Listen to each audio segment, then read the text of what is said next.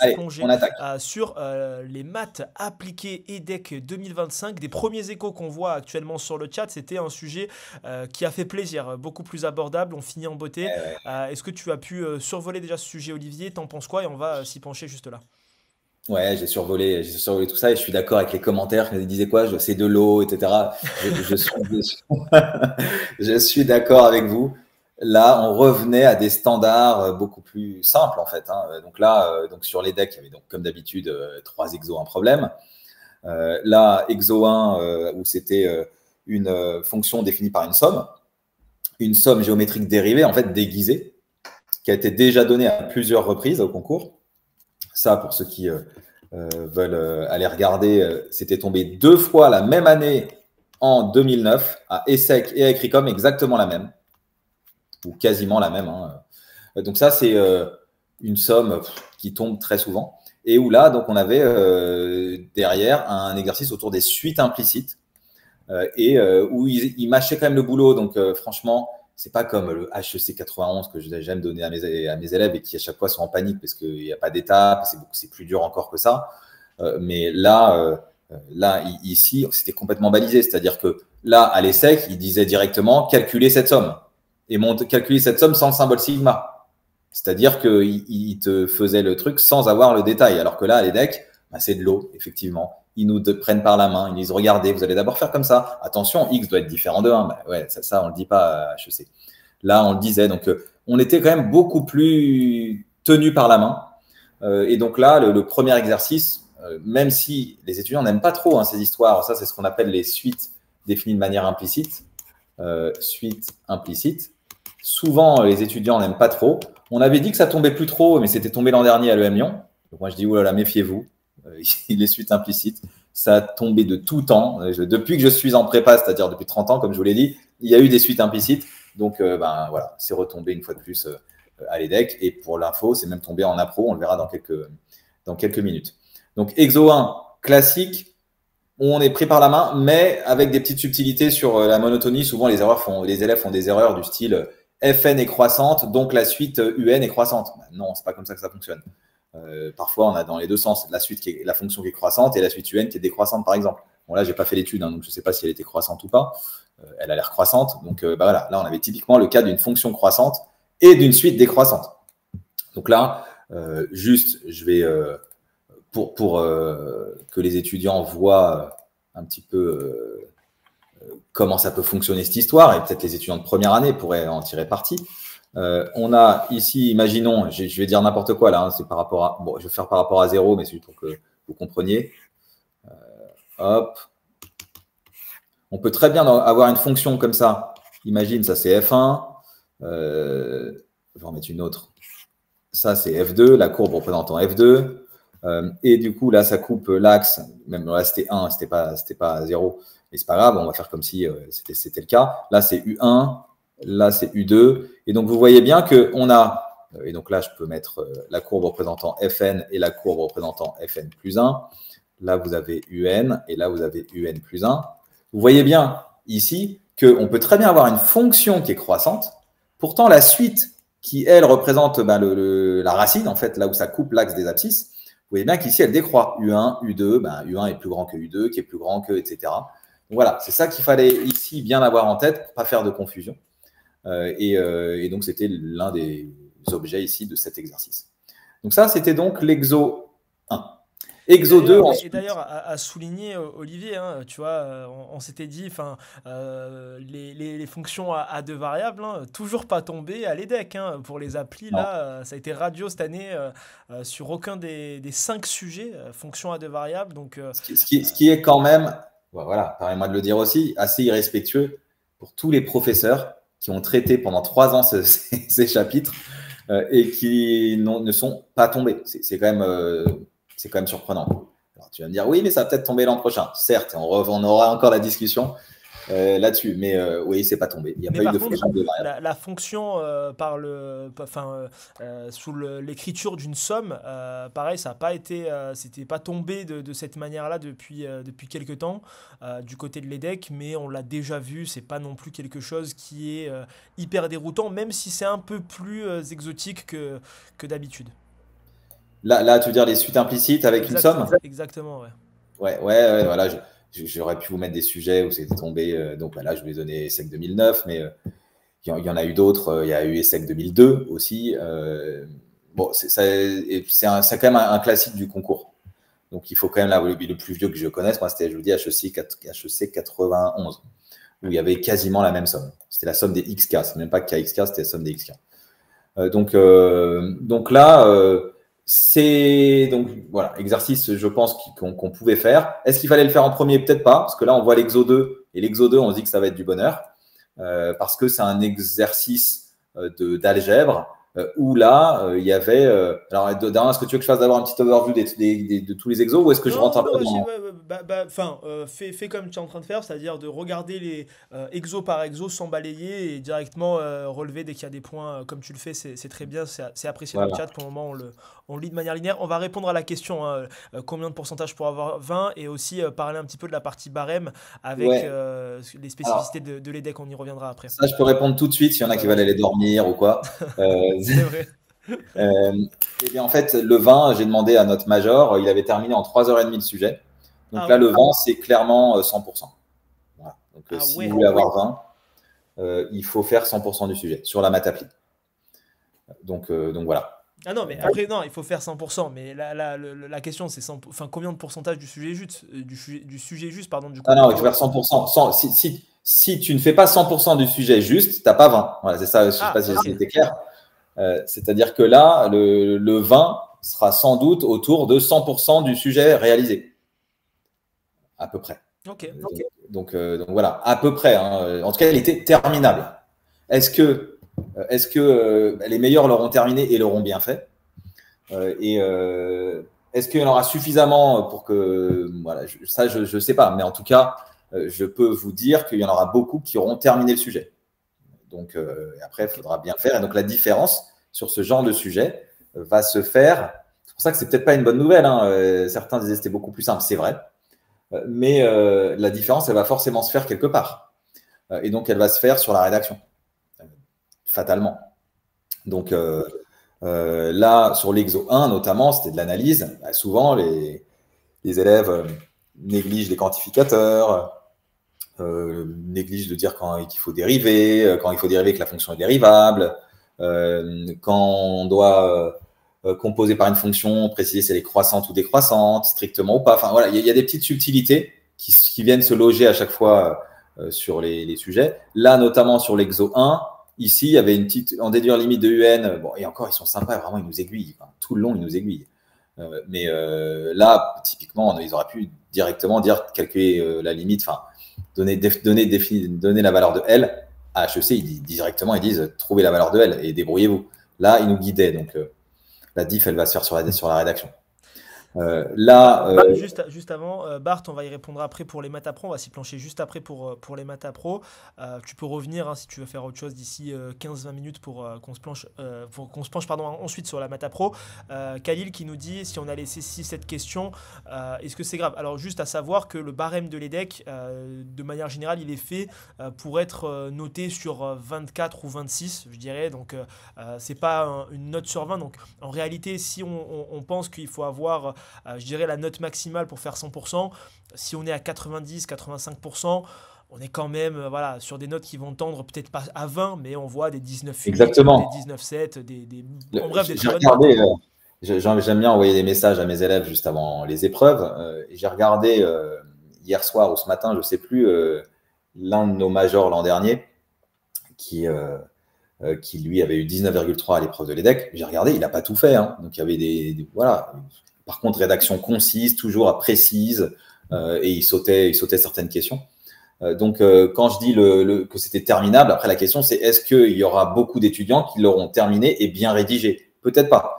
Et puis, il ne faut pas oublier que comme il y a beaucoup de maths appli, il y aura aussi beaucoup de 20, proportionnellement.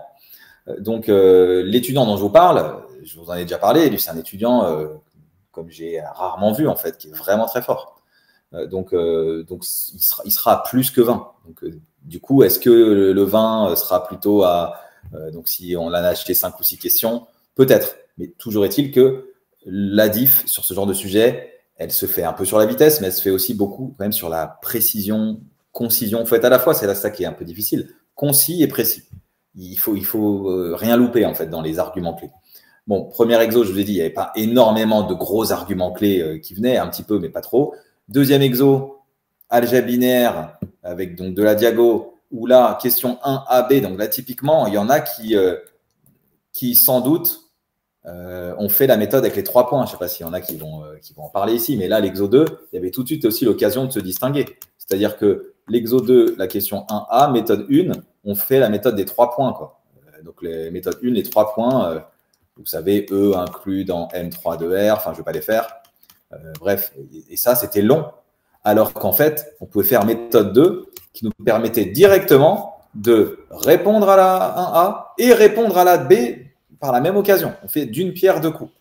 Et la méthode consistait à voir que une matrice, donc E, en fait, si je l'écris, c'est l'ensemble des matrices, je vais vous l'écrire comme ça, A facteur de 1, 0, 1, 0, 2, 0, 1, 0, 1, plus B, facteur de 0, 1, 0, 1, moins 1, 1, 0, 1, 0, avec AB des réels.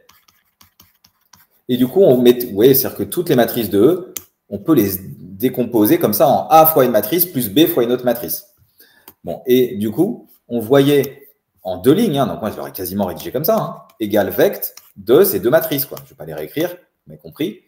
Ces 2 matrices étant libres, eh ben, on fait d'une pierre deux coups. C'est-à-dire qu'on dit E s'écrit comme un vect, comme ça s'écrit comme un vect, alors c'est un sous-espace vectoriel de M3 de R, parce que ce sont des matrices de M3 de R. Ça, c'est du cours.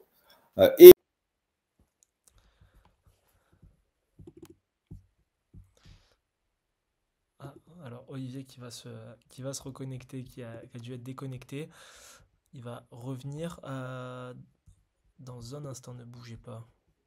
Petits aléas du direct, hein, vous connaissez Olivier qui se reconnecte dans un petit instant, il est avec nous, tac tac, le petit tableau blanc qu'on va connecter.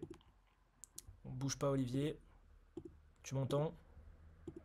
Eh ben c'est parfait, t'es de nouveau avec nous, c'est tout bon. Ouais, non, je disais, donc voilà, je ne sais pas où vous étiez arrêté. Tu as une coupure de combien de temps là, Dorian? Non, c'est bon, de 10 secondes. Ok, donc voilà, je disais, donc ici, question 1A, B, il y avait l'occasion de se distinguer, de gagner du temps aussi, parce que la méthode des 3 points, elle est lourde, hein.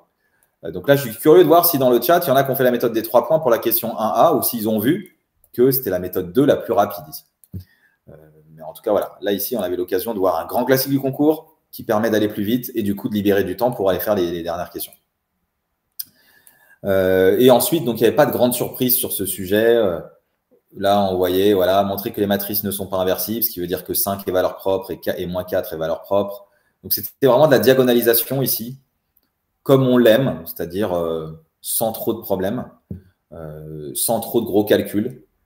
Ou après, il nous demande aussi le lien, voir si on a compris le lien avec le rang. Parce que là, ici, on nous faisait un programme Python qui nous permettait de trouver le rang de A moins 5i et de A plus 4i. Et donc voilà, donc ça, il fallait faire des calculs et je n'ai pas fait. Donc l'exo, en tout cas d'algèbre, je pense, était plutôt très simple. Je pense qu'il n'y avait pas de piège ici. Donc peut-être j'aurais commencé par l'exo 2, typiquement. Parce que là, on voit qu'il n'y a pas énormément de calculs. Et ça n'a pas l'air très, très, très compliqué. Donc, je ne sais pas quelle a été la stratégie des candidats ici. Mais là, on avait donc en exo 2, je pense, un exercice accessible qu'il fallait absolument faire. L'exercice 3, on retrouve encore, je vous en avais parlé, cette fameuse suite là qu'on a vu donner, je vous ai dit 1 plus A sur N puissance N, donné à l'écrit comme, on en avait parlé en toute dernière question. Il y avait une question où tu avais un truc de cette forme-là, Dorian, je ne sais pas si tu te souviens. Et là, ici, même genre de sujet, et où donc c'était un exercice sur les densités, il fallait calculer l'intégrale. Et on arrivait normalement, donc l'intégrale entre 0 et n, parce que l'intégrale entre moins l'infini et plus l'infini se réduit à l'intégrale entre 0 et n, hein, d'après la relation de Chasles. Et donc on arrivait sans doute à trouver 1. Et donc ensuite, c'était du calcul. Là, ils nous font trouver la limite de 1 moins x sur n puissance n en décortiquant tranquillement. Ce n'était pas le cas écrit comme. Donc là, ils nous disent, regardez, il faut passer à la forme exponentielle. Et du coup, à la fin, on obtenait un truc de la forme, sans doute, E de moins X. Sans doute, je n'ai pas fait le calcul, mais là, vu qu'il y a une... Donc, on a donc ln de 1 moins X sur N, c'est équivalent à moins X sur N. Donc, si je multiplie par N, bah, il y a le N qui s'en va. Et après, je dis par croissance, pardon, continuité. Donc là, il y avait, attention, l'argument de la continuité. Exp est C0 en moins X. Et donc, on trouvait à l'arrivée 1 moins exponentielle moins X. Donc, du coup, dont on donnera la loi. J'imagine, si j'ai bien calculé, on va obtenir du coup que la limite de Fn de X, donc là, je le fais en live, hein, sans vérifier, c'est égal à 1 moins exponentielle moins X. On reconnaît ici, donc ça, c'est quand X, hein, pour X positif. Donc, on reconnaît que ça va suivre une exponentielle de paramètre 1 selon toute vraisemblance. Donc voilà, donc plutôt bien balisé. Ensuite, la loi du min, loi du max, des choses qu'on a assez souvent. Il nous aide ici en disant, voilà, aidez-vous de déterminer la probabilité de Zn plus grand que X. Là, Zn, c'est la loi du... Zn égale à n, mn, ok, et mn, c'est la loi du min. Ok, donc là, il y avait une petite subtilité, puisque là, ici, si je fais P de Zn plus grand que X, c'est P de nmn, c'est ça? nmn plus grand que X, c'est donc P de Mn plus grand que X sur N, parce que N est strictement positif, j'imagine, sinon ça ne marche pas. Oui, c'est ça.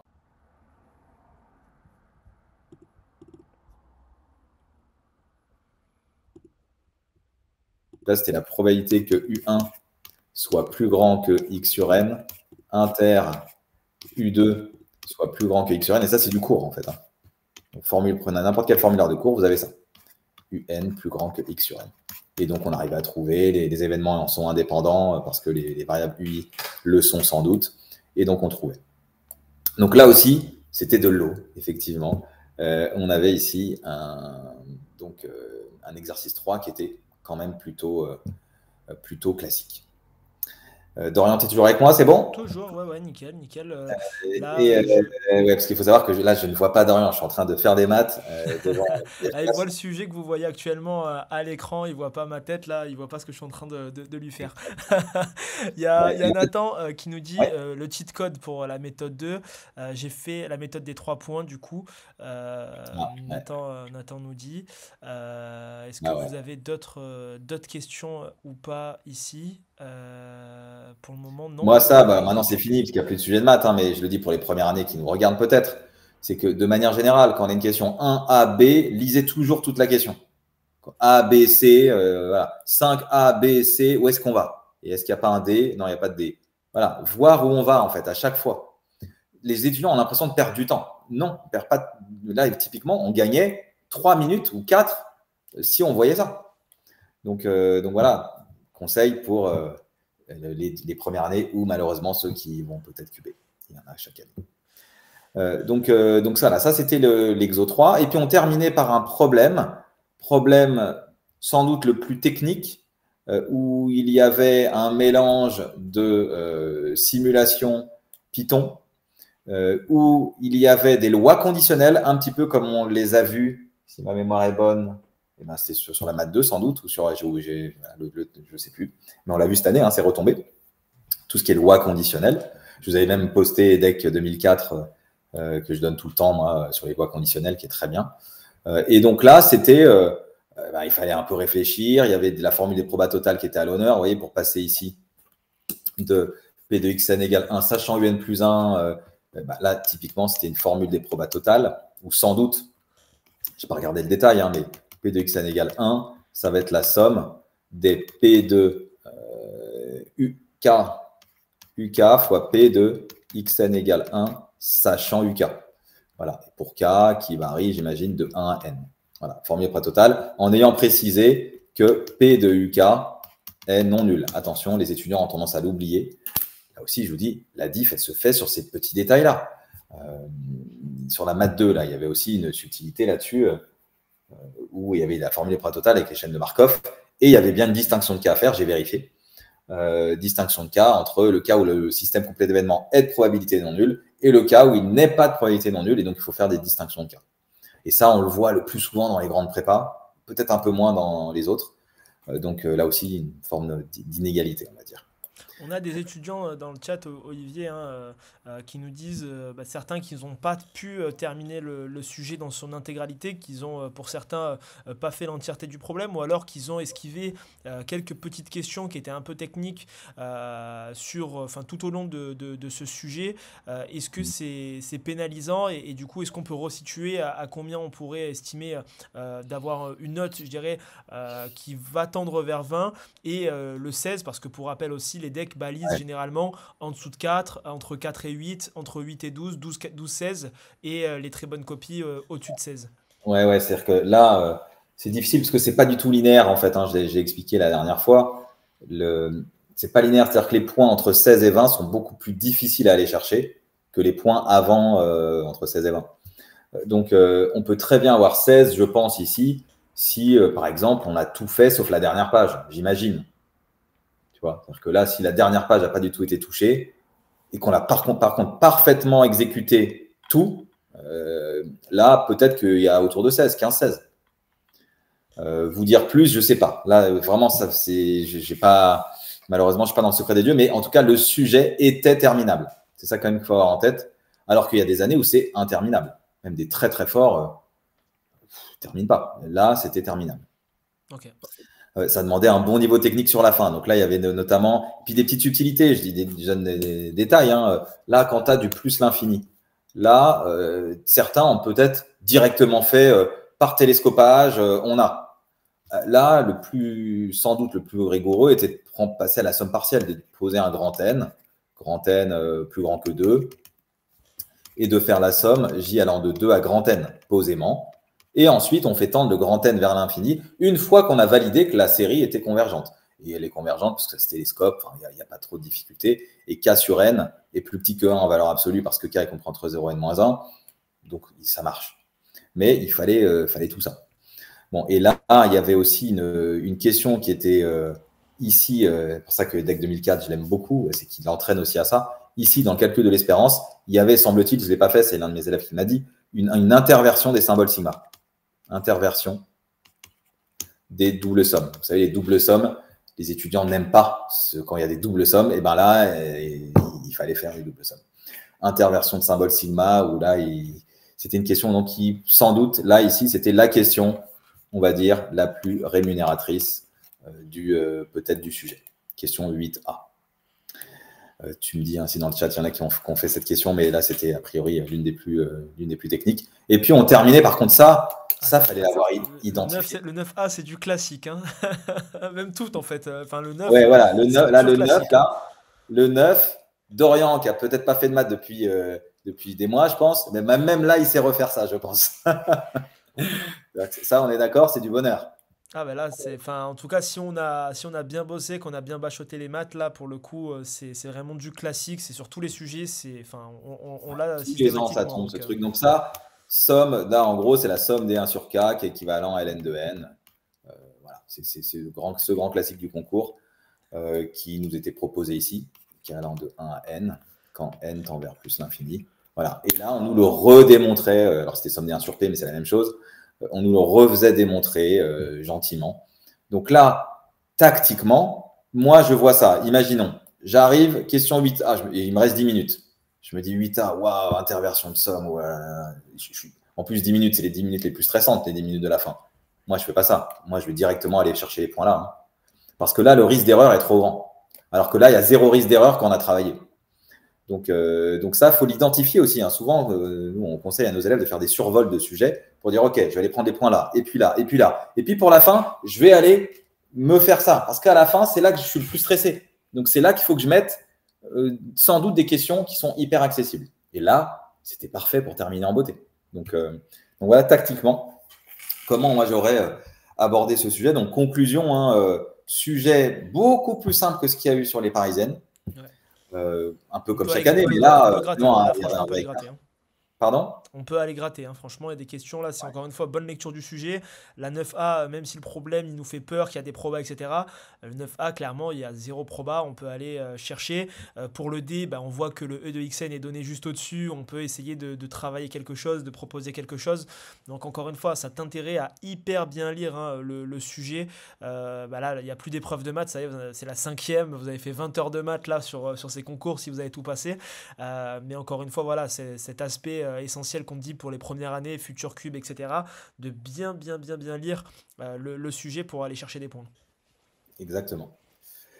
Est-ce qu'il y a des questions sur cette annale ou est-ce qu'on passe aux appros? Dis-moi, Dorian. Je regarde, on n'a pas de questions spécifiques. On n'a pas de questions spécifiques, je regarde. À- non, non, non, on n'a pas de questions spécifiques. Là, ça a échangé un petit peu dans le chat.